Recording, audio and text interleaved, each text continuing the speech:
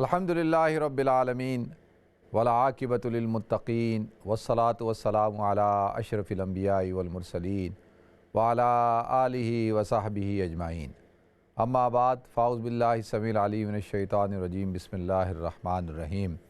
کل من علیہا فان ویبقی وجہ ربک ذو الجلال والاکرام، صدق اللہ العظیم۔ اللہم صلی علی محمد وعلی آل محمد کما صلیت علی ابراہیم وعلی آل ابراہیم انک حمید مجید۔ اللہم بارک علی محمد وعلی آل محمد کما بارکت علی ابراہیم وعلی آل ابراہیم انک حمید مجید۔ رب اشرح لی صدری ویسر لی امری واحلل عقدۃ من لسانی یفقہوا قولی۔ محترم ناظرین کرام، بزرگان دین اور میری عزیز ماؤں اور بہنوں بھائیوں، السلام علیکم ورحمۃ اللہ وبرکاتہ۔ میں آپ کا میزبان عبدالوہاب آپ کو پروگرام گفتگو کے اندر خوش آمدید کرتا ہوں۔ ناظرین، اللہ رب العزت نے قرآن پاک میں ارشاد فرمایا، کل من علیہا فان ویبقی وجہ ربک ذو الجلال والاکرام، کہ اللہ تعالیٰ نے ہر چیز کو فنا کیا ہے، ہر چیز فانی ہے، ہر چیز ختم ہو جائے گی۔ کل من علیہا فان ویبقی وجہ ربک ذو الجلال والاکرام، بس صرف اللہ رب العزت کی ذات جو ہے وہ قائم و دائم رہے گی۔ تیرے رب کا چہرہ، ویبقی ربک، کہ تیرے رب کا جو وجود ہے وہی قائم رہے گا۔ ناظرین، اللہ تعالیٰ نے انسان کو اس دنیا کے اندر پیدا کیا۔ جب آدم علیہ السلام کی ذریت کو پیدا کیا، انسان کو پیدا کیا، تو فرشتوں نے دیکھا کہ اتنی مخلوق کو پیدا کیا جا رہا ہے۔ فرشتوں نے اللہ رب العزت سے سوال پوچھا کہ یا اللہ، اتنی آپ مخلوق پیدا کر رہے ہیں، اتنی ذریت آدم علیہ السلام کی، اتنی اولاد، تو یہ تو دنیا کے اندر جو ہے وہ اتنے افراد جمع ہو جائیں گے، اتنا مجمع لگ جائے گا، تو یہ کیسے کیسے سمائیں گے، بسیں گے؟ تو اللہ تعالیٰ نے ارشاد فرمایا کہ ان کی فنا کے لیے میں موت کو رکھ رہا ہوں، کہ موت کے ذریعے سے یہ ختم ہوتے چلے جائیں گے۔ تو فرشتوں نے کہا یا اللہ، یہ تو پھر ان کے لیے کافی آزمائش ہو جائے گی کہ بھئی اب موت بھی ہے تو یہ تو باعث پریشانی ہوگی۔ تو اللہ تعالیٰ نے ارشاد فرمایا کہ میں انسان کو اس کی امیدوں کے اندر باندھ دوں گا۔ تو لہذا ناظرین، جب اللہ تعالیٰ نے حضرت آدم علیہ السلام کو پیدا کر کے دنیا میں بھیجا تو کہا اے آدم، تم اور تمہاری ذریت تعمیر کرے گی، بلڈنگیں بنائے گی، عمارتیں بنائیں گی، اور وہ تعمیر اور وہ عمارتیں اور دنیا کو کی جو زیب و زینت ہے، یہ سب کی سب ایک دن کھنڈر ہو جائے گی، اور ایک دن تم بھی اور تمہاری ذریت بھی جو ہے وہ اس کو فنا ہوگا، وہ ختم ہو جائے گی۔ تو لہذا ناظرین، اللہ تعالیٰ نے انسان کو دنیا کے اندر ایک مخصوص مدت کے لیے بھیجا ہے۔ یہ ہر انسان کے 3 ادوار ہوتے ہیں۔ ایک دور ہے اس دنیا میں آنے سے پہلے کا، اس کو آپ عالم ارواح کہیں، کہ جہاں پہ تمام کی تمام انسانوں کی روحیں رہتی ہیں، اور پھر وہاں سے انسان منتقل ہوتا ہے اس دنیا کے اندر، اس کو عالم دنیا کہا جاتا ہے۔ اور یہ دور ہے ناظرین انسان کی پیدائش سے لے کے اس کی موت تک کا، اور چاہے اس کی اب عمر جتنی بھی ہو، 1 دن سے لے کے 1 گھنٹے سے لے کے 100 سال تک ہو، جتنی بھی عمر ہو، تو یہ ایک عالم ہے، ایک دور ہے۔ پھر یہاں سے منتقل ہوتا ہے انسان عالم آخرت کی طرف۔ اسی لیے جب انسان کا انتقال ہوتا ہے تو اس کو کہا جاتا ہے کہ وہ اس کا انتقال ہو گیا۔ عربی میں کہتے ہیں انتقال کو، انتقل ینتقل کا مطلب ہوتا ہے منتقل ہونا، کہ یہ شخص جو ہے وہ منتقل ہو گیا، انتقال ہو گیا، یعنی دنیا سے یہ آخرت میں منتقل ہو گیا، اس کو عالم آخرت کہا جاتا ہے۔ تو لہذا ناظرین، پھر عالم آخرت کے بھی تین اسٹیپ ہیں، 3 ادوار ہیں۔ پہلا ہے عالم برزخ، جس کو عالم قبر بھی کہا جاتا ہے، اور پھر قرآن کہتا ہے وَمِن وَرَائِهِم بَرْزَخٌ إِلَىٰ يَوْمِ يُبْعَثُونَ، کہ جب دوبارہ زندہ ہو کر اٹھایا جائے گا، اس سے پہلے تک کی زندگی کو جو ہے وہ برزخ کہا جاتا ہے۔ اس کو عالم قبر بھی کہتے ہیں، عالم برزخ بھی کہتے ہیں۔ اور پھر عالم حشر ہے۔ عالم حشر کے اندر روز جزا کا دن، اور اس دن حساب کتاب ہوگا اور اوزان کیے جائیں گے، اعمال نامے کو وزن کیا جائے گا۔ والوزن یومئذ الحق، اوزان جو ہے وہ حق ہے، اس دن جو ہے اللہ تعالیٰ قائم کریں گے۔ اور پھر اس کے بعد یہ اس کو عالم حشر آپ کہہ لیں، مالک یوم الدین، یوم جزا۔ اور پھر جب فیصلہ ہو جائے گا تو اس کے بعد یا تو جنت ہے یا جہنم ہے۔ تو یہ اب دیکھیں انسان ایک، میں اور آپ اس وقت جو ہے ہم اپنے دوسرے عالم میں ہیں، یعنی عالم دنیا کے اندر ہیں، اور عالم دنیا جو میں اور آپ اپنا وقت پورا کر رہے ہیں، اور ہر ایک کا وقت جب پورا ہوگا، کل نفس ذائقۃ الموت لکل امۃ اجل فاذا جاء اجلهم لا یستأخرون ساعۃ ولا یستقدمون، کہ ہر نفس کو موت کا مزہ چکھنا ہے، اور جب موت کا وقت آ جائے گا فاذا جاء اجلهم لا یستأخرون ساعۃ ولا یستقدمون، تو ایک ساتھ نہ آپ کم کر سکتے ہیں نہ ایک ساتھ آپ بڑھا سکتے ہیں، اور پھر آپ کو منتقل ہونا ہوگا، مجھے منتقل ہونا ہوگا، اور ہم انتقال کر جائیں گے۔ تو لہذا ناظرین، دنیا کے اندر کوئی بھی انسان ابد الآباد تک کے لیے نہیں ہے، ہر انسان کو فنا ہے، ہر انسان کو موت ہے، ہر انسان نے یہاں سے منتقل ہونا ہے، اور یہ آیا ہی یہاں پہ انسان آیا ہی منتقل ہونے کے لیے ہے۔ اب اگر کوئی انسان یہ سمجھتا ہے کہ اس نے ہمیشہ رہنا ہے، تو وہ ایک بہت بڑے مغالطے کے اندر ہے، ایک غلط فہمی کے اندر ہے۔ اس کو یعنی اس بات کا کامل یقین ہونا چاہیے کہ اس نے اس دنیا سے جانا ہے۔ دیکھیں، مجھ سے پہلے میرے والدین سے پہلے ان کے والدین سے پہلے ان کے والدین، تو یہ ایک سلسلہ تو چلا آ رہا ہے۔ اب جب میرے والدین نہیں رہے، ان کے والدین نہیں رہے، تو میں کیسے رہوں گا؟ تو میں نے بھی نہیں رہنا، آپ نے بھی نہیں رہنا، کسی نے اس دنیا کے اندر نہیں رہنا۔ اگر اس دنیا کے اندر کوئی شخصیت ہمیشہ کے لیے رہتی تو وہ کون سی شخصیت تھی؟ وہ انبیاء کرام، اور خاص طور پر حضور اکرم صلی اللہ علیہ وسلم۔ الا انما کانت وفات محمد دلیل علی ان لیس للہ غالب، کہ آگاہ ہو جاؤ، ہوشیار ہو جاؤ کہ حضور اکرم صلی اللہ علیہ وسلم کی وفات اس بات پر دلالت کرتی ہے کہ اللہ پر کوئی غالب نہیں ہے۔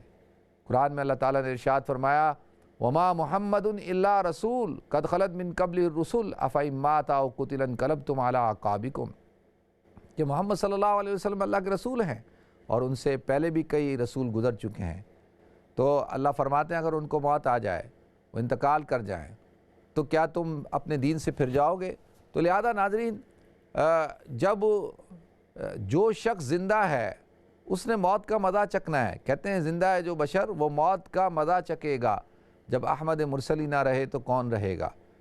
تو ہر شخص نے یہاں سے منتقل ہونا ہے، ہر شخص کو یہاں سے جانا ہے، اور جس وقت جس کا بلاوا آئے گا اس کو یہاں سے تشریف لے کر جانا ہے، اور اس میں انسان کا کوئی اختیار نہیں ہے کہ کوئی انسان جو ہے وہ یہ کہے کہ جی مجھے آپ تھوڑی سی مہلت دے دیں، آپ مجھے جو ہے تھوڑا سا ٹائم دے دیں۔ ایسا نہیں ہے، انسان جو ہے اس کو کسی قسم کا اختیار اس حوالے سے حاصل نہیں ہے۔ ابھی پچھلے دنوں ایک پاکستان کا ایک بہت ہی امیر آدمی تھا، اور بہت بڑی اس کو اللہ تعالیٰ نے بہت نوازا تھا، اس کا پولٹری کا بزنس، اور پاکستان کے اندر ایک بہت بڑا اس کے فارم تھے ہر جگہ پہ، اور بہت امیر آدمی۔ تو جب وہ بیمار ہوا اور تو اس کے بارے میں پڑھا تھا، تو وہ اکثر لوگوں سے، اپنے ساتھیوں سے کہتا تھا کہ بھئی میرے لیے دعا کرو کہ مجھے اللہ تعالیٰ 2 سال کی مہلت دے دے۔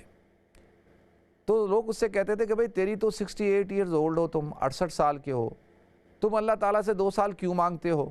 اللہ نے تو تمہیں 68 سال دیے، تو اب تم 2 سال کیوں مانگ رہے ہو؟ تو وہ کام جو تم 68 سال میں نہیں کر سکے وہ تم 2 سال میں کر سکتے ہو۔ تو اس نے کہا کہ بھائی کیونکہ میں نے تو پلاننگ کی ہوئی تھی اپنی 90 سال تک کی عمر کی، یعنی میری پلاننگ کے تحت میں نے پلان کیا تھا کہ میں 70 سال کی عمر میں ریٹائرڈ ہوں گا، اور 70 سال سے لے کے 90 سال کی عمر تک جو میری خواہشات ہیں، جو میری آرزوئیں امنگیں ہیں، ان کو میں نے پورا کرنا ہے۔ تو لہذا میں تو اپنی ریٹائرمنٹ سے پہلے ہی مجھے ایسا لگتا ہے کہ میرا وقت آ گیا ہے، تو لہذا اب میں چاہتا ہوں کہ کم سے کم ریٹائرمنٹ والا جو 2 سال ہیں وہ پورے کر لوں، اور میری جتنی یہ امپائر ہے، جائیداد ہے، وراثت ہے، یہ بڑے بڑے کاروبار اور پراپرٹیاں ہیں پوری دنیا میں ان کا پیپر ورک مکمل کر لوں، اور ان سب کو ایک جگہ کر کے اپنے بچوں کے حوالے کر دوں، اور میں نے اپنے بچوں کو سارا کاروبار سمجھا دوں، ہر چیز بتا دوں، اور جو ہے ان کو سارا طریقہ کار. تو اس کے لیے مجھے پورے 2 سال چاہیے. تو 2 سال مجھے مل جائیں تو میں یہ سارے کام کر سکتا ہوں. اب دیکھیں ایک انسان کتنا بڑا غافل ہے.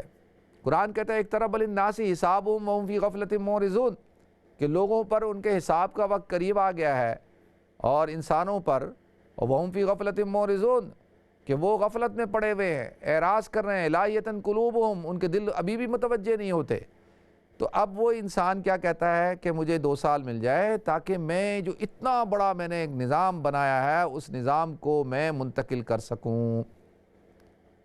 اور پلان کیا تھے کہ جی پوری دنیا گھوموں گا، جہاز خریدوں گا، اور اس جہاز میں بیٹھ کے پوری دنیا کا سفر کروں گا، ٹریولنگ کروں گا، یہ کروں گا، وہ کروں گا. تو وہ کہتا ہے یہ تو سارے خواب تو میرے ادھورے رہ گئے. اب ملٹی بلینر آدمی ہے، ارب پتی آدمی ہے، پیسے کی کوئی کمی نہیں، اور دنیا کے بڑے بڑے طاقتور لوگوں سے، پاکستان کے بڑے بڑے طاقتور لوگوں سے دوستی ہے، اور سب لوگ اس کی زندگی کے اوپر رش کرتے ہیں. اس کے بچے جو ہے وہ انگلینڈ سے پڑھ کر اور ماسٹر ڈگریاں کی ہیں انہوں نے بزنس کے اندر، اور لوگ اس کو دیکھ کر تمنا کرتے تھے، حسرت کرتے تھے کہ کیا اللہ تعالیٰ نے اس کو نوازا ہے. اور وہ شخص کہتا ہے کہ 2 سال مجھے مل جائے. لہذا ناظرین اس کو 2 سال نہیں ملے. عرض یہ کرنی ہے کہ جس وقت آئے گا اس وقت آپ کو مہلت نہیں ملے گی، مجھے مہلت نہیں ملے گی.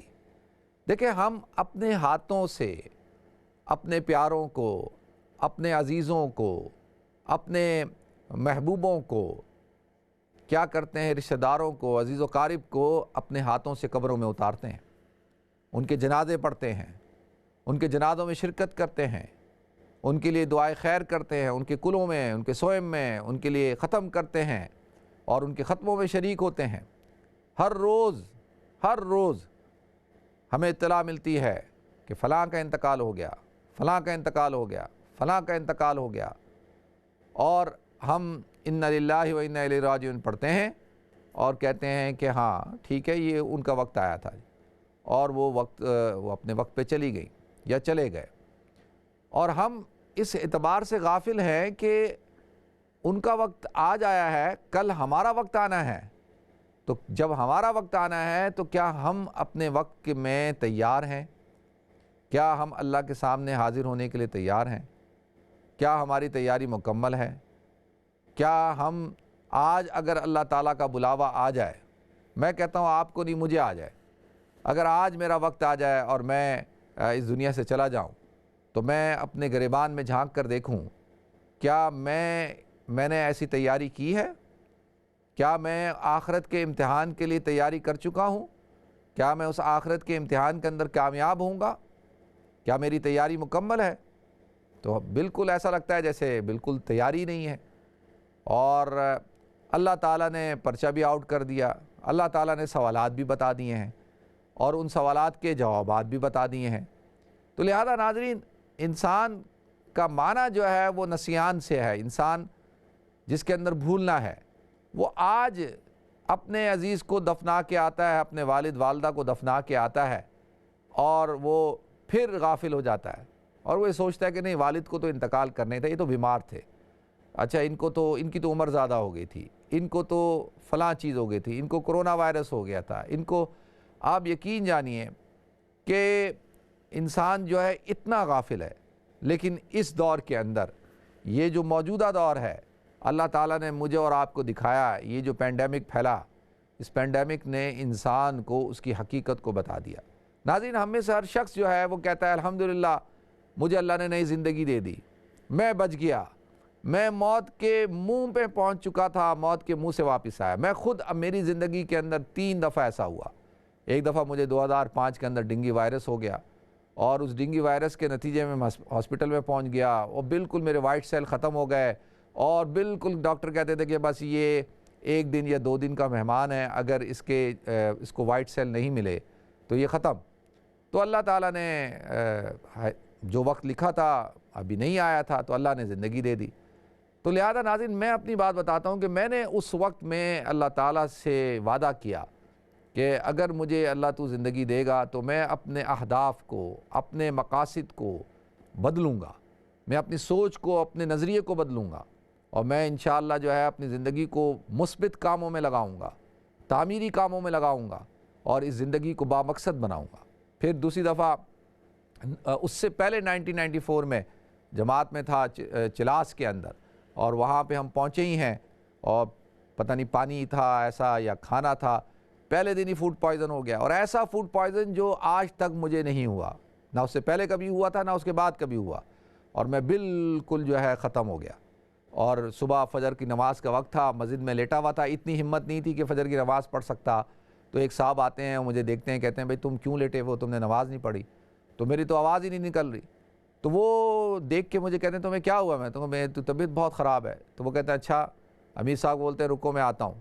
تھوڑی دیر بعد آئے تو وہ یونیفارم کے اندر، فوجی گاڑی کے اندر آئے، وہ کرنل صاحب تھے اور اپنے علاقے میں آئے تھے، اور وہ فجر کی نماز جب انہوں نے دیکھا مجھے تو اللہ نے ان کو بھیجا، وہ مجھے اپنی جیپ میں بٹھا کر ہاسپٹل لے کے گئے، ملٹری ہاسپٹل، اور وہاں پہ انہوں نے مجھے ایڈمٹ کرایا، وہاں پہ ڈرپیں لگائی گئیں، انجیکشن لگائے گئے، اور ڈاکٹر نے کہا کہ اگر یہ بچہ، اس وقت میری عمر کتنی تھی، 20 سال، کہ اگر یہ بچہ نہیں آتا، اگر 4 5 6 گھنٹے اور نہیں آتا تو یہ بچہ سروائیو نہیں کر سکتا تھا، یہ ختم ہو جاتا۔ تو اللہ تعالیٰ نے ان کو فرشتہ بنا کر بھیجا۔ میری زندگی رکھی تھی تو اس وقت بھی کچھ ارادے کیے، کچھ اللہ سے وعدے کیے، پھر 2005 میں کیے، اب جب بیمار ہوا اس میں کیے۔ تو عرض یہ کرنا ہے کہ ہر شخص یہ کہہ رہا ہے کہ الحمدللہ میں بچ گیا، مجھے جو ہے وہ میری بچت ہو گئی ہے، میں ٹھیک ہو گیا۔ تو آج ٹھیک ہو گیا ہوں میں، لیکن کتنا اور جیوں گا، کتنا اور وقت ہے میرے پاس، کتنا اور وقت ہے آپ کے پاس؟ آدمی کتنے سال زندہ رہے گا؟ 60 سال، 70 سال، 80 سال، 90 سال۔ میں ایک صاحب سے ملا، ان کی عمر ابھی 85 سال ہے، تو 85 سال کی عمر ہے، اور وہ گھبرائے ہوئے تھے کہ بھئی کرونا چل رہا ہے تو اب کیا ہوگا؟ تو میں نے ان کو کہا کہ حضرت آپ اپنا خیال رکھیں، اللہ تعالیٰ اپنا فضل فرمائے گا، اللہ تعالیٰ اپنا کرم فرمائے گا۔ تو پھر تھوڑی سی بات چیت ہوئی، تو میں نے ان سے کہا کہ دیکھیں، وقت تو جس انسان کا جو لکھا ہے وہ تو اسی وقت پہ ہی موت آنی ہے، یہ تو ہو نہیں سکتا کہ جی پہلے آ جائے، یہ تو ہو نہیں سکتا کہ بعد میں آئے، ایسا تو ہو نہیں سکتا۔ اب دیکھیں ایک شخص ہے، وہ 85 سال کا ہو کر بھی ابھی بھی وہ کہتا ہے کہ مجھے اور جینا ہے۔ تو انہوں نے مجھ سے سوال پوچھا کہ کیا ایک مسلمان جس کی عمر اتنی ہو تو وہ کیا کرے، وہ زندگی کی تمنا کرنی چاہیے یا اس کو موت مانگنی چاہیے؟ تو میں نے ان کو کہا دیکھیں، اللہ کے رسول صلی اللہ علیہ وسلم کی سنت کیا ہے؟ حضور اکرم صلی اللہ علیہ وسلم کی سنت ہے کہ آپ نے فرمایا کہ زندگی کو مانگو اللہ تعالیٰ سے، اور اللہ سے مانگو کہ اللہ تو مجھے طویل عمر عطا فرما، بڑی عمر عطا فرما۔ اور کہا کہ کیوں؟ اس لیے کہ جب طویل عمر انسان کی ہوگی تو وہ زیادہ عبادات کرے گا، زیادہ جو ہے اللہ کو راضی کرے گا، زیادہ ذکر اذکار کرے گا، تو اس کے لیے آخرت کے اندر اس کو اور زیادہ اللہ تعالیٰ برکت عطا فرمائے گا۔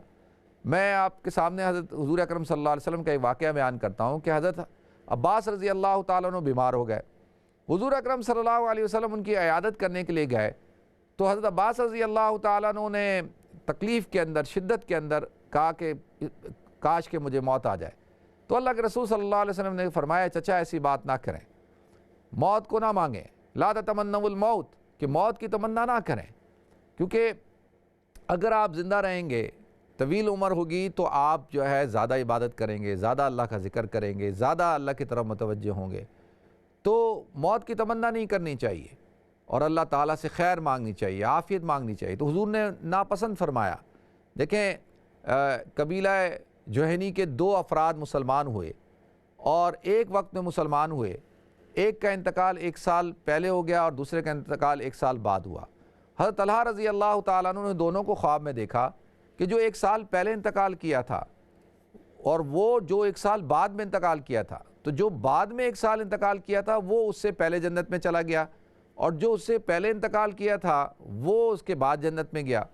تو انہوں نے اللہ کے رسول صلی اللہ علیہ وسلم سے پوچھا کہ یا رسول اللہ، ایسی کیا وجہ ہے کہ ایک پہلے انتقال کرتا ہے، ایک بعد میں کرتا ہے، تو بعد والا پہلے جنت میں کیسے گیا؟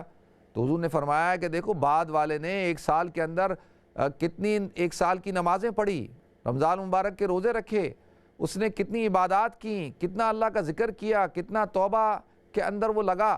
جب اس کے دوست کا انتقال ہو گیا تو وہ اللہ کی طرف زیادہ متوجہ ہو گیا، زیادہ عبادت کرنے لگا، تو اس کے نتیجے میں اللہ تعالیٰ نے اس سے راضی ہو گئے، اور وہ زیادہ عبادات، زیادہ توبہ استغفار کرنے کی وجہ سے اس سے پہلے جنت میں چلا گیا۔ تو لہذا ایک شخص تھا، وہ اللہ کے رسول صلی اللہ علیہ وسلم کے پاس کہتا ہے کہ کاش کہ مجھے موت آ جائے۔ تو حضور نے فرمایا کہ تو نے ایسا کیا تیاری کر کے رکھی ہے؟ بھئی دیکھو، تم نے کیا تیار کیا ہے، ایسا کیا تیاری کی ہے تم نے کہ جو تم موت کی تمنا کر رہے ہو؟ موت کی تمنا نہ کرو۔ اگر تم زندہ رہو گے، دیکھو اگر تو جنتی ہو تو پھر ٹھیک ہے جی، آپ یہاں رہیں تو کوئی آپ کو فرق نہیں پڑتا، آپ زیادہ عبادت کریں، آپ تو جنتی ہیں، جنت آپ کی منتظر ہیں۔ لیکن اگر جہنمی ہو تو پھر تو جہنم میں جانے سے تو بہتر ہے کہ بھئی یہیں رہے بندہ، کیونکہ جہنم تو وہ مقام ہے کہ وہ آدمی جو ہے وہ تو اس کے اندر تو عذاب ہوگا، اور یہاں رہے گا تو ہو سکتا ہے توبہ کر لے، ہو سکتا ہے اللہ کی طرف رجوع کر لے۔ تو دونوں حالتوں میں اللہ تعالیٰ سے عافیت مانگنی چاہیے۔ دعا کیا ہے؟ اللہم احیینی اذا ما کانت الحیات خیر لی، کہ اللہ تو مجھے زندگی دے اگر یہ زندگی میرے لیے بہتر ہے، اور اللہم امیتنی اذا کانت الوفات خیر لی، اے اللہ تو مجھے موت دے دے اگر موت جو ہے وہ میرے لیے بہتر ہے۔ دیکھیں انسان جو ہے وہ آگے اگر مجھ سے نافرمانیاں ہونے والی ہیں، میں ایسے کام کرنے والا ہوں جو اللہ کی ناراضگی کا سبب بننے والے ہیں، یا مجھ سے ایسا کوئی فعل ہو جائے گا جس سے میں جہنمی ہو جاؤں گا، اللہ کو ناراض کر دوں گا، تو پھر اس سے تو بہتر ہے کہ بھئی موت ہی آ جائے۔ لیکن ناظرین، گزارش یہ کرنی ہے، حضور نے فرمایا یہ دعا مانگا کرو کہ اللہ تعالیٰ سے کہ اللہ تو ہمیں خیر عطا فرما، عافیت عطا فرما، اور طویل عمری کی دعا مانگو، کیونکہ طویل عمری انسان کہتے ہیں کہ انسان جب جنت میں چلا جائے گا تو شہید دوبارہ دنیا میں آنے کی تمنا کرے گا کہ اللہ مجھے تو دوبارہ دنیا میں بھیج تاکہ میں تیرے راستے میں اپنی جان کا نذرانہ پیش کر کے دوبارہ وہ سعادت حاصل کروں، وہ لطف حاصل کروں۔ اور اسی طریقے سے وہ مومن جو ہر آن ہر گھڑی اللہ کی دین کی سربلندی میں لگا رہے گا اور اللہ کا ذکر کرتا ہوگا، مخلوق خدا کی خدمت کرتا ہوگا، اللہ کی عبادت کرتا ہوگا، تو وہ تمنا کرے گا یا اللہ تو مجھے دوبارہ دنیا میں بھیج تاکہ میں دوبارہ اپنے آپ کو تیرے یاد کے اندر مشغول کر دوں۔ تو لہذا ناظرین، اس وقت ہم سب اپنی زندگیوں کو رخ کو بدلیں، اپنے مقاصد بدلیں، اپنے اہداف بدلیں، اور زیادہ امنگیں، زیادہ آرزوئیں نہ بنائیں، خواہشات کو طویل نہ کریں، اور زندگی بہت مختصر ہے اور بے وفا ہے۔ تو لہذا جئیں آج میں، جئیں آج میں، کل کی نہ کریں۔ کہتے ہیں فکر عقبہ کی کر آج ہی بے خبر، کل نہ کر کل کی، کل کا بھروسہ نہیں، کل نہ آئی ہے کل نہ آئے گی کل۔ تو آج پر یقین رکھیں۔ اللہ تعالیٰ مجھے آپ کو ہم سب کو عمل کرنے کی توفیق عطا فرمائے۔ وآخر دعوانا الحمدللہ رب العالمین۔ ناظرین، ہمیں بریک کی طرف جانا ہے، انشاءاللہ بریک کے بعد حاضر ہوتے ہیں۔ السلام علیکم ورحمۃ اللہ وبرکاتہ۔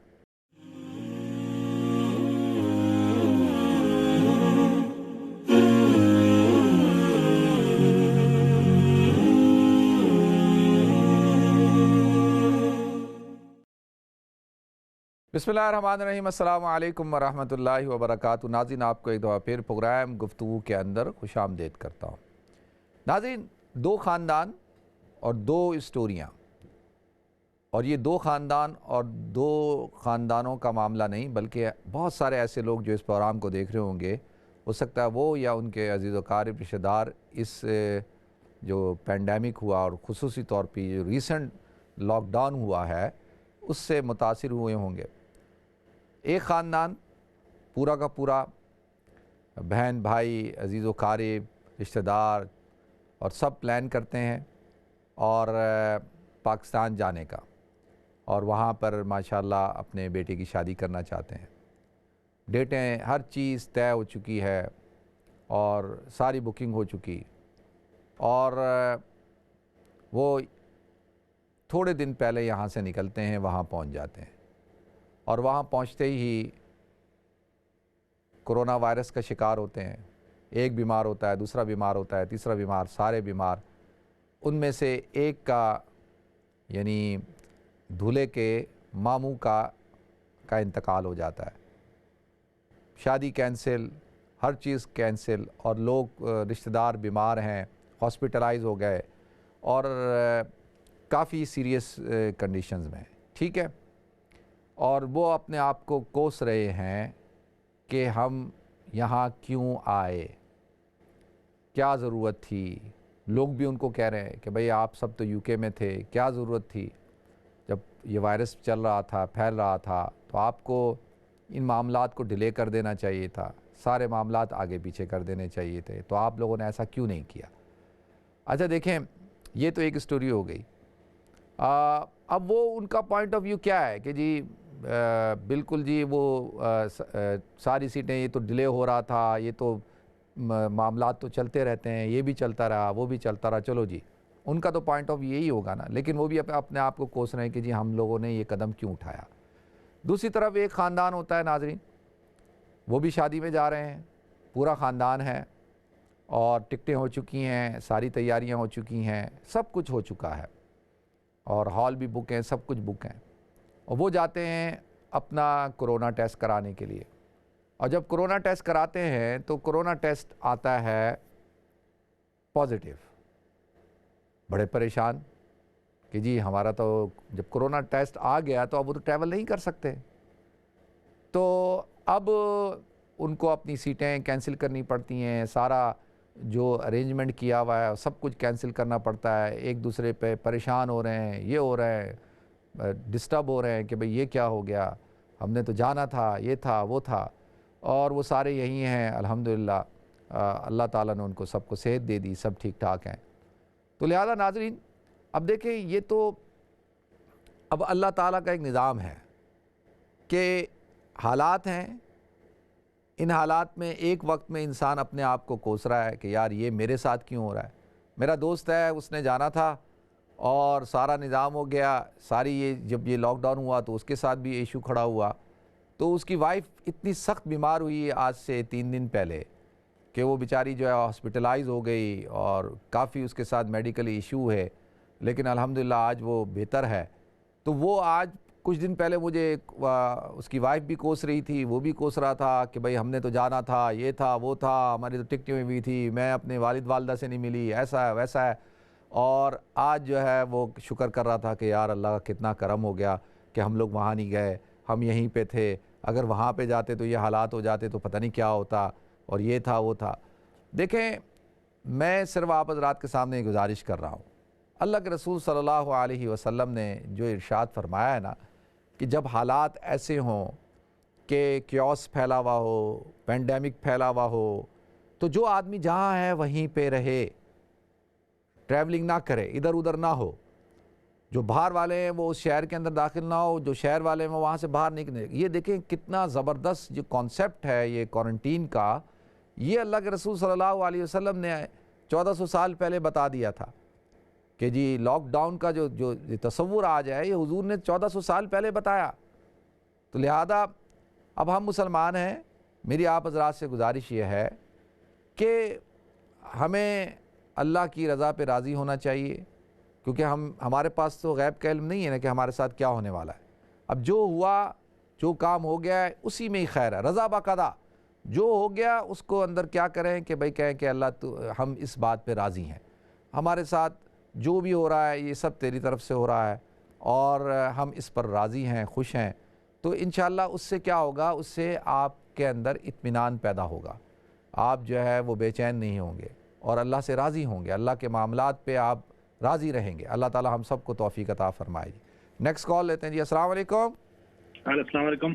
وعلیکم السلام ورحمۃ اللہ وبرکاتہ. صاحب میں نے آپ سے پوچھنا تھا، یہ جو بندے کی انتقال کے بعد آرگن وغیرہ لیتے ہیں یوز کرنے کے لیے، باڈی پارٹس وغیرہ، تو ان کا اسلامی اور شرعی کیا حکم ہے؟ چلیں ٹھیک ہے، میں بتاتا ہوں جی. ٹھیک ہے، نیکسٹ کال لیتے ہیں. السلام علیکم. السلام علیکم.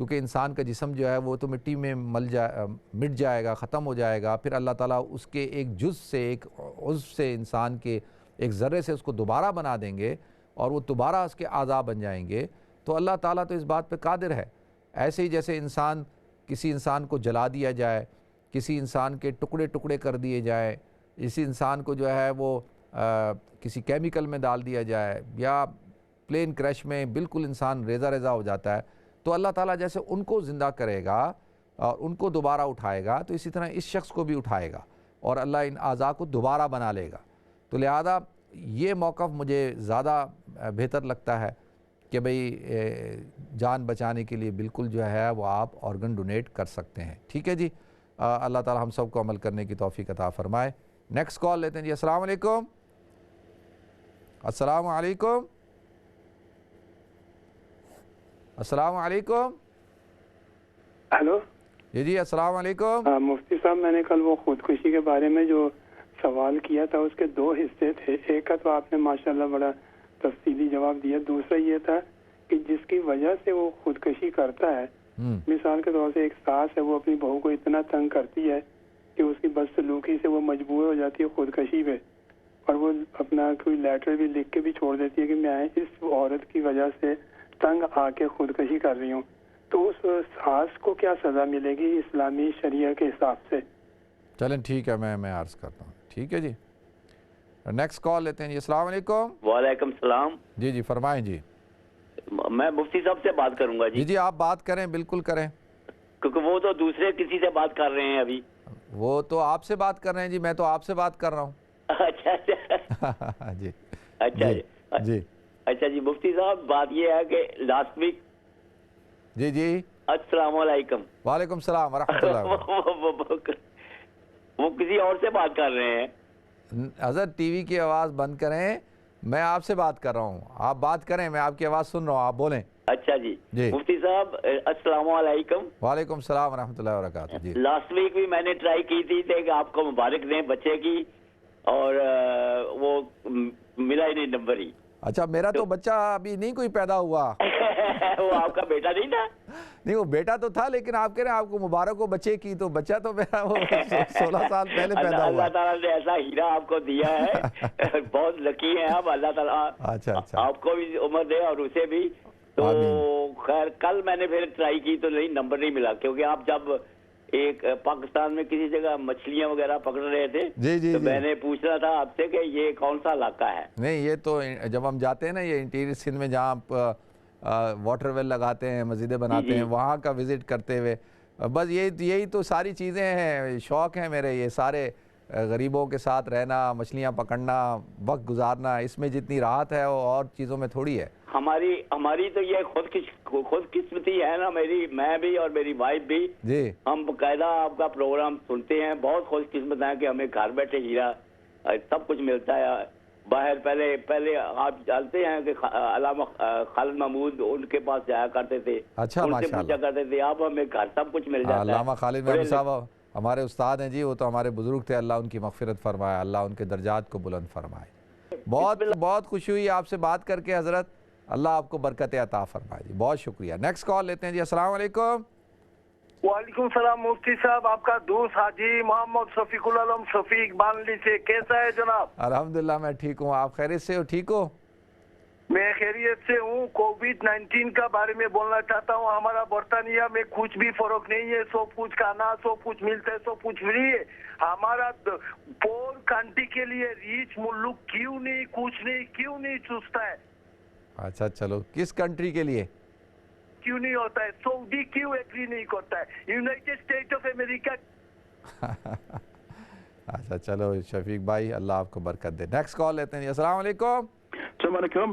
وعلیکم السلام ورحمۃ Can you Allah. tell me, do you think the world will ever get over this pandemic, do you think? This pandemic which is currently happening all over the world. Do you think we'll ever get over it, do you think in time? And that's a strange question. Ahmad شاہین بھائی، ٹھیک ہے.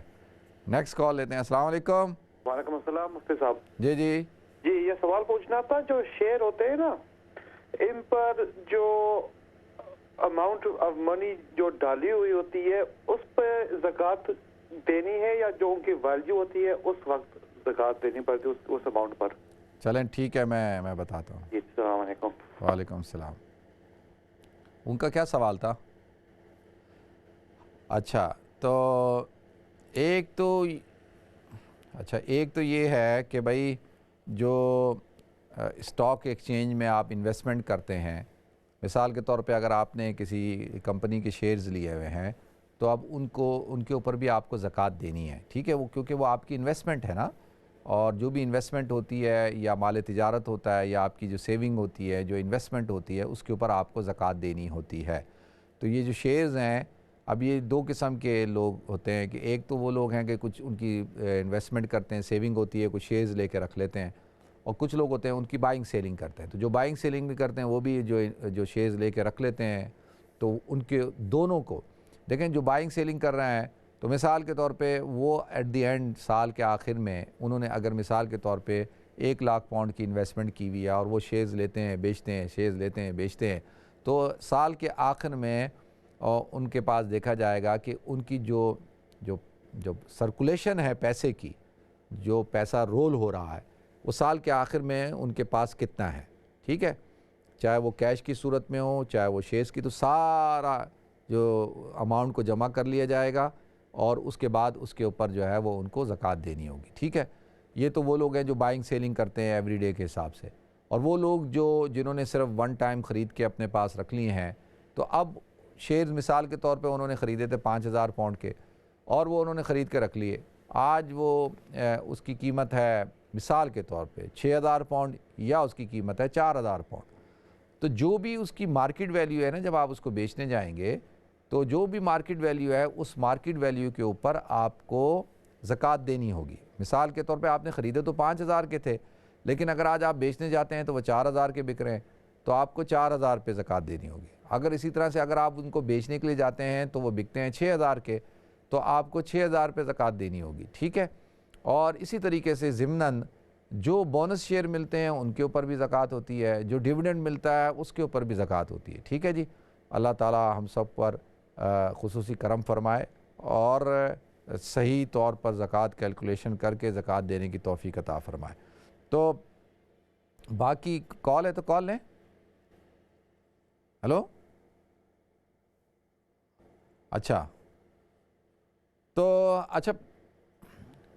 السلام علیکم. Hello, السلام علیکم. وعلیکم السلام. ہاں جی، میں نے نا وہ پوچھنا تھا، کل آپ نے نا کچھ آیتیں بتائی تھی، آیت سکینہ جی، وہ میں سن نہیں سکی، میں ان کو نا لکھنا چاہتی ہوں.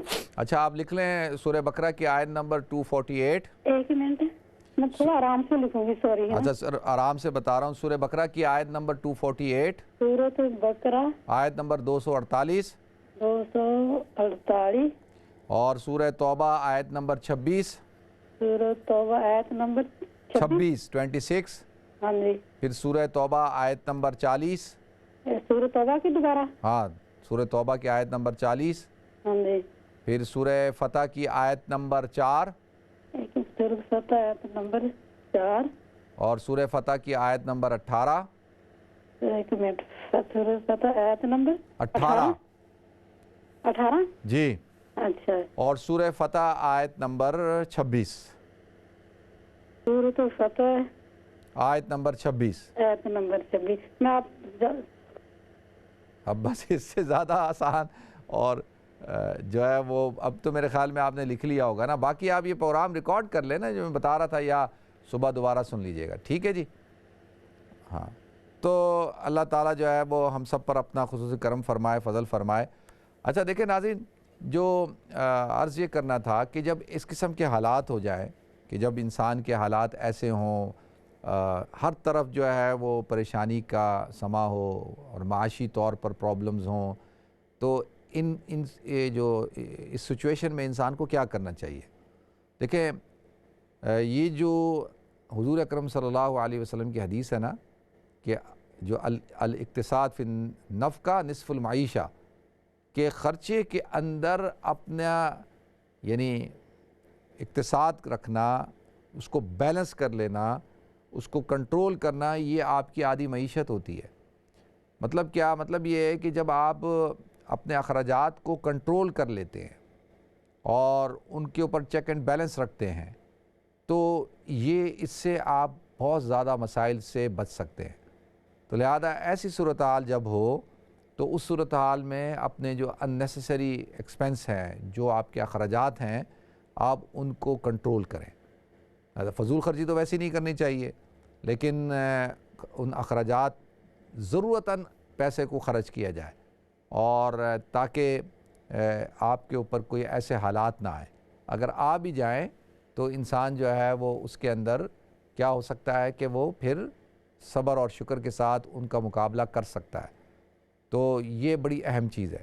دیکھیں حضرت یوسف علیہ السلام کے پاس جب وہ بادشاہ کا خواب آیا کہ اس نے 7 موٹی گاؤں کو دیکھا کہ وہ 7 پتلی گائیں کھا رہی ہیں، وہ خواب پورا تھا، تو اس کا ایک جز میں آپ کو بتا رہا ہوں۔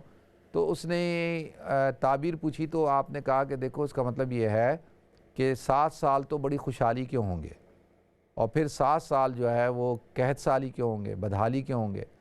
تو کرنا یہ ہے کہ خواب کی تعبیر بتائی اور کہا کرنا یہ ہے کہ جب خوشحالی کے سال ہوں تو تم نے جو اپنا اجناس ہیں، گندم ہیں، کھانے پینے کی چیزیں ہیں، ان کو تم نے ذخیرہ کرنا ہے، کیونکہ پیداوار زیادہ ہے تو ضائع نہیں کرنا، پیداوار زیادہ ہے اس کو ضرورتاً استعمال کرنا ہے اور اس کو ذخیرہ بھی کرنا ہے، سنبھال کے رکھنا ہے۔ اور جب 7 سال قحط سالی کے آئیں گے تو ان قحط سالی کے سالوں میں اس گندم کو جو تم نے بچائی ہوگی، جو ذخیرہ کی ہوگی خوشحالی کے دنوں میں، ان دنوں میں ان کو استعمال کرنا، تو وہ تمہارا مشکل کا وقت جو ہے وہ آسانی کے ساتھ گزر جائے گا۔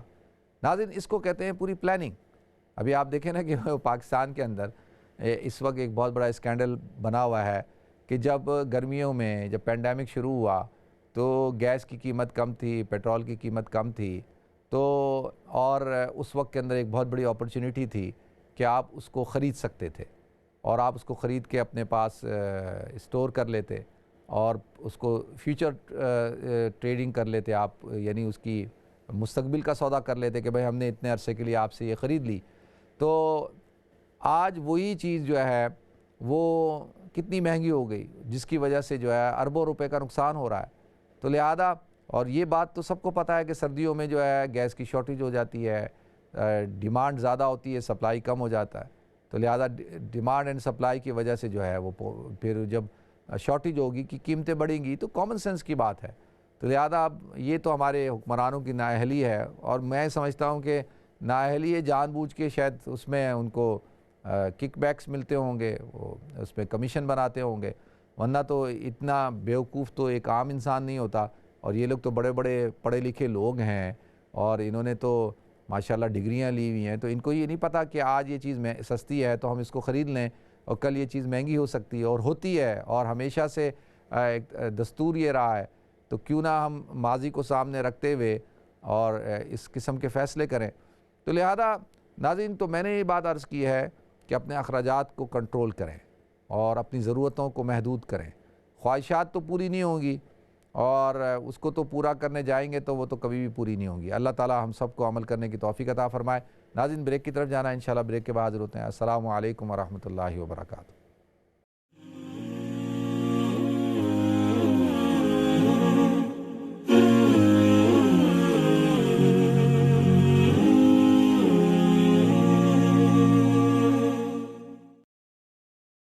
بسم اللہ الرحمن الرحیم۔ السلام علیکم ورحمۃ اللہ وبرکاتہ۔ ناظرین، آپ کو ایک دفعہ پھر پروگرام گفتگو کے اندر خوش آمدید کرتا ہوں۔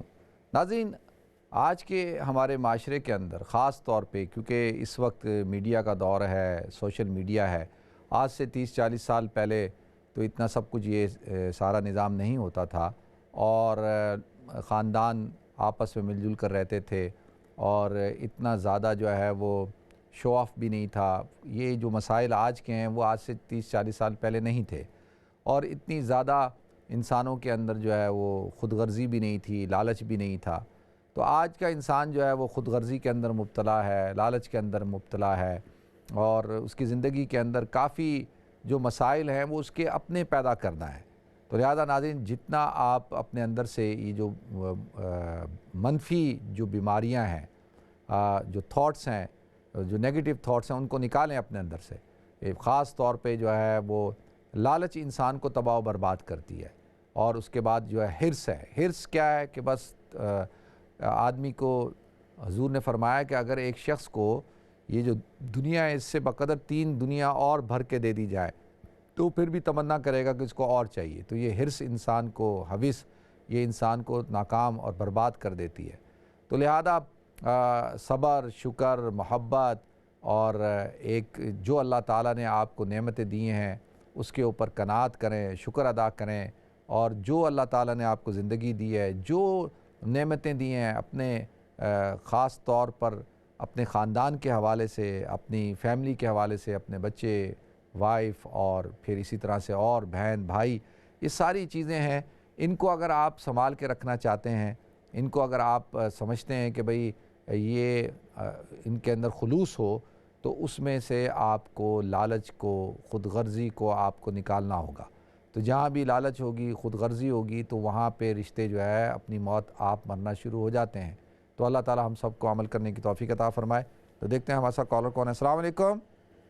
السلام علیکم. وعلیکم السلام ورحمۃ اللہ وبرکاتہ. جی کیسے ہیں مفتی صاحب؟ الحمدللہ میں ٹھیک ہوں، اللہ کرم شکر اللہ کا. جی مفتی صاحب، آپ نے ابھی بھی تھوڑی دیر کسی بہن کو یہ بتایا تھا کوئی صورت ہے، منظر ہے، تو اس کا منظر سکینہ اس کا پڑھنے سے کیا ہوا، کوئی پریشانی کے لیے ہے یا کس کے لیے، کیس کے لیے ہے، اس لیے پوچھنا چاہتی ہیں. کل میں نے جو پروگرام کیا تھا اس میں وہ آیت سکینہ بتائی تھی نا جی، وہ اس کے کہ جو آدمی پریشان ہے یا ڈپریس ہے یا اس کے اندر کوئی بے چینی ہے، تو اس کے لیے جو قرآن کے اندر 6 مقامات ہیں، جن مقامات میں، جن آیات میں اللہ تعالیٰ نے تذکرہ کیا ہے سکون کا، سکینے کا. اور حضور اکرم صلی اللہ علیہ وسلم کہ جب ان کا جو شان نزول بیان کیا تھا کہ مختلف حالات پر وہ آیتیں نازل ہوئی تھی. ٹھیک ہے، تو وہ میں بیان کر رہا تھا. تو آپ نے لکھی تھی؟ لکھی نہیں، ریکارڈ کر لی ہے. ہاں بس صحیح ہے. پھر وہ آپ روزانہ اول و آخر 3 دفعہ درود شریف پڑھ کے روزانہ ان کو 3 دفعہ پڑھا کریں آپ. ٹھیک ہے، صبح شام کو، صبح کے وقت میں. صبح کے وقت. ٹھیک ہے جی. کتنی بار؟ 3 دفعہ. 3 دفعہ. اور یہ 2 یہ وائرلس کی بیماری ہے، اس کے لیے بھی پڑھ سکتے ہیں؟ بھائی یہ تو سکون، اطمینان، جو بے چینی ہے یہ ختم ہو اور اللہ تعالیٰ سکون اطمینان عطا فرمائے. جی ٹھیک ہے جی، بہت شکریہ آپ کی کال کا. نیکسٹ کال لیتے ہیں. السلام علیکم. وعلیکم السلام ورحمۃ اللہ وبرکاتہ. مفتی صاحب کیسے ہیں آپ؟ الحمدللہ میں ٹھیک ہوں، اللہ کرم شکر اللہ کا. جی جی میں نے آپ سے ایک سوال پوچھنا تھا. اگر نا حامد کوئی کنڈیشن لگاتا ہے جیسے اگر یہ کام آپ کرو گی تو میں آپ تو میری طرف سے طلاق ہے، تو اگر وہ بیوی نہیں کرتی وہ کام، لیکن وہ حامد تھوڑے دنوں بعد اس کو کہتا ہے کہ میں یہ کنڈیشن اب ختم کر رہا ہوں، اب تم یہ کام کر سکتی ہو، تو کئی صورت میں بھی طلاق ہو جاتی ہے؟ دیکھیں وہ تو اس نے طلاق معلق کر دی نا، کہ اس نے کہا اگر تم نے یہ کام کیا تو تمہیں طلاق ہے. تو اب آپ جب بھی وہ کام کریں، یا تو وہ کہتا ہے نا کہ بھئی اگر 1 ہفتے تک تم نے یہ کام کیا تو تمہیں طلاق ہے، اور 1 ہفتے کے بعد یعنی ٹائم کے ساتھ مقید کر دیتا ہے. پھر تو 1 ہفتہ آپ نے نہیں، جیسے مثال کے طور پر جی 1 مہینے تک تم نے یہ کام نہیں کرنا، اگر کیا تو تمہیں، تو 1 مہینے نہیں کیا تو پھر وہ مہینہ گزرنے کے بعد وہ شرط ختم ہو جاتی ہے. اگر ایک مطلقاً اس نے مقید نہیں کیا، مطلقاً کہہ دیا بغیر قید لگائے، تو پھر تو جب وہ کریں گی تو ایک طلاق ہوگی. اور میں نے کل مسئلہ بتایا تھا، تو پھر طلاق اس میں ٹھیک ہے. ختم کر دیتا ہاں، شرط ختم کر دی تھوڑے دنوں وہ شرط ختم نہیں کر سکتا، یہ کیسے کر سکتا ہے وہ؟ وہ تھوڑی ہے کہ ایک تو اس نے کہہ دیا نا، جب اس نے شرط، یہ تو اس نے خود ہی تو کہا کہ اگر تم نے یہ کام کیا تو تمہیں طلاق. تو اب یہ آ کے تھوڑی دیر بعد کہہ سکتا ہے نہیں میں نے جو کہا تھا وہ ختم، اب کر لو. ایسا نہیں ہے. ٹھیک ہے، یہ کوئی مذاق تھوڑی ہے. طلاق کوئی مذاق ہے، اور یہ کوئی وہ ہے کہ لوگوں کو اسلام کا مذاق بنانا ہے، عورتوں کو، بیویوں کو ڈرانا ہے، دھمکانا ہے. تو اگر اس کو ہم کہہ دیں کہ ہاں ایسے کر لو تو یہ تو پھر مذاق ہو جائے گا. تو شریعت مذاق نہیں ہے. ٹھیک ہے جی، بہت شکریہ آپ کی کال کا. نیکسٹ کال لیتے ہیں جی. السلام علیکم. السلام علیکم. وعلیکم السلام. جی فرمائیں جی. مفتی صاحب غلام حسین عرض کر رہا ہوں. جی کیسے ہیں آپ؟ ٹھیک ہیں الحمدللہ. آپ سنائیں کیا حال ہے؟ الحمدللہ میں اللہ کرم شکر اللہ کا. پچھلے ہفتے وہ آپ کا پروگرام دیکھا جو آپ کا بیٹا ساتھ تھا، تو آپ کی فیملی پہ اللہ نے بڑا ہی کرم کیا ہوا ہے. اللہ اپنی زبان میں رکھے جی، اللہ اپنی برکتیں عطا فرمائے.